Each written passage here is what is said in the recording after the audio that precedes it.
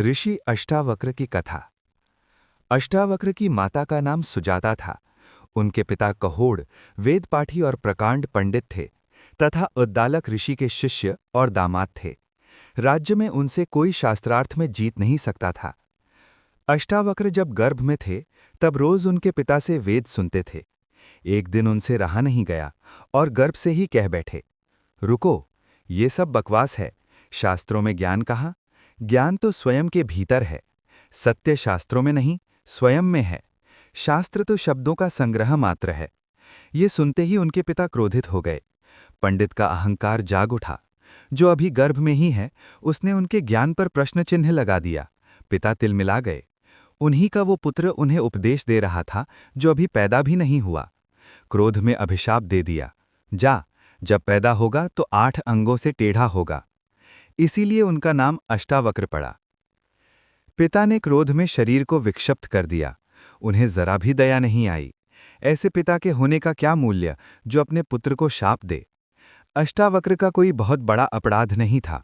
उन्होंने तो अपना विचार ही प्रकट किया था, लेकिन इससे ये सिद्ध होता है कि लोग अपने अपने शास्त्रों के प्रति कितने कट्टर होते हैं। पिता के इस शाप के बावजूद अष्टावक्र पिता भक्त थे। जब वे 12 वर्ष के थे तब राज्य के राजा जनक ने विशाल शास्त्रार्थ सम्मेलन का आयोजन किया। सारे देश के प्रकांड पंडितों को निमंत्रण दिया गया। चूंकि अष्टावक्र के पिता भी प्रकांड पंडित और शास्त्रज्ञ थे, तो उन्हें भी विशेष आमंत्रित किया गया। जनक ने आयोजन स्थल के समक्ष 1000 गायें बांध दी। गायों के सींगों पर सोना मढ़ दिया और गले में हीरे जवाहरात लटका दिए और कह दिया कि जो भी विवाद में विजेता होगा वो ये गायें हाँक कर ले जाए। संध्या होते होते खबर आई कि अष्टावक्र के पिता हार रहे हैं। सबसे तो जीत चुके थे, लेकिन वंदनी नामक एक पंडित से हारने की स्थिति में पहुंच गए थे। पिता के हारने की स्थिति तय हो चुकी थी कि अब हारें या तब हारें। ये खबर सुनकर अष्टावक्र खेल क्रीड़ा छोड़कर राजमहल पहुंच गए। अष्टावक्र भरी सभा में जाकर खड़े हो गए। उनका 8 जगहों से टेढ़ा मेढ़ा शरीर और अजीब चाल देखकर सारी सभा हंसने लगी। अष्टावक्र ये नज़ारा देखकर सभाजनों से भी ज्यादा जोर से खिलखिलाकर हंसे।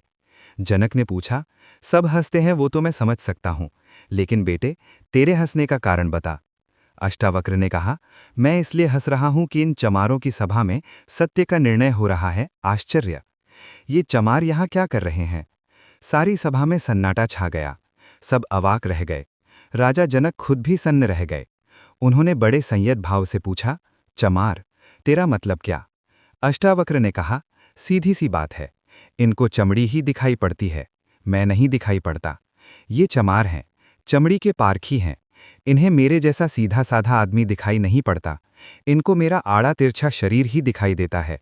राजन, मंदिर के टेढ़े होने से आकाश कहीं टेढ़ा होता है? घड़े के फूटे होने से आकाश कहीं फूटता है? आकाश तो निर्विकार है। मेरा शरीर टेढ़ा मेढ़ा है, लेकिन मैं तो नहीं। ये जो भीतर बसा है इसकी तरफ तो देखो। मेरे शरीर को देखकर जो हंसते हैं वे चमार नहीं तो क्या हैं? ये सुनकर मिथिला देश के नरेश एवं भगवान राम के श्वशुर राजा जनक सन्न रह गए। जनक को अपराध बोध हुआ कि सब हंसे तो ठीक, लेकिन मैं भी इस बालक के शरीर को देखकर हंस दिया। राजा जनक के जीवन की सबसे बड़ी घटना थी। देश का सबसे बड़ा तामझाम, सबसे सुंदर गायें, सबसे महंगे हीरे जवाहरात, सबसे विद्वान पंडित और सारे संसार में इस कार्यक्रम का समाचार, और सिर्फ एक ही झटके में सब कुछ खत्म। राजा को बहुत पश्चाताप हुआ। सभा भंग हो गई। रात भर राजा जनक सो न सके। दूसरे दिन सम्राट जब घूमने निकले तो उन्हें वही बालक अष्टावक्र खेलते हुए नजर आया।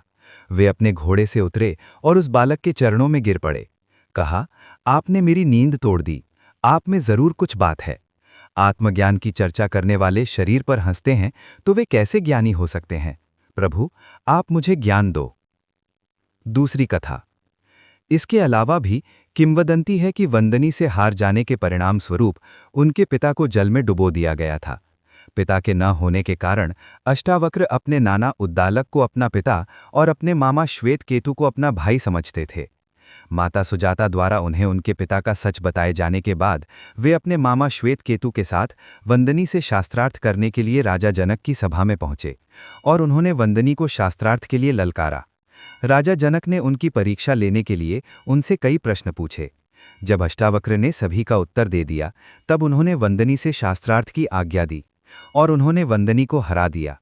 शास्त्रार्थ में वंदनी के हारने पर अष्टावक्र ने कहा कि राजन, ये हार गया है, अतएव इसे भी मेरे पिता की तरह जल में डुबो दिया जाए। तब वंदनी कहने लगे कि राजन, मैं वरुण का पुत्र हूँ, मैंने सारे हारे हुए ब्राह्मणों को अपने पिता के पास भेज दिया है। मैं तत्क्षण ही उन सभी को आपके समक्ष प्रस्तुत करता हूँ। वंदनी के इतना कहते ही जल में डुबोई गए सभी ब्राह्मण जनक की सभा में पुनः प्रकट हो गए, जिनमें अष्टावक्र के पिता कहोड़ भी थे। अष्टावक्र ने अपने पिता के चरण स्पर्श किए। कहोड़ ने प्रसन्न होकर अपने पुत्र को गले लगाकर कहा कि तुम जाकर समंगा नदी में स्नान करो, उक्त स्नान से तुम मेरे शाप से मुक्त हो जाओगे। महान ऋषि अष्टावक्र की जय हो।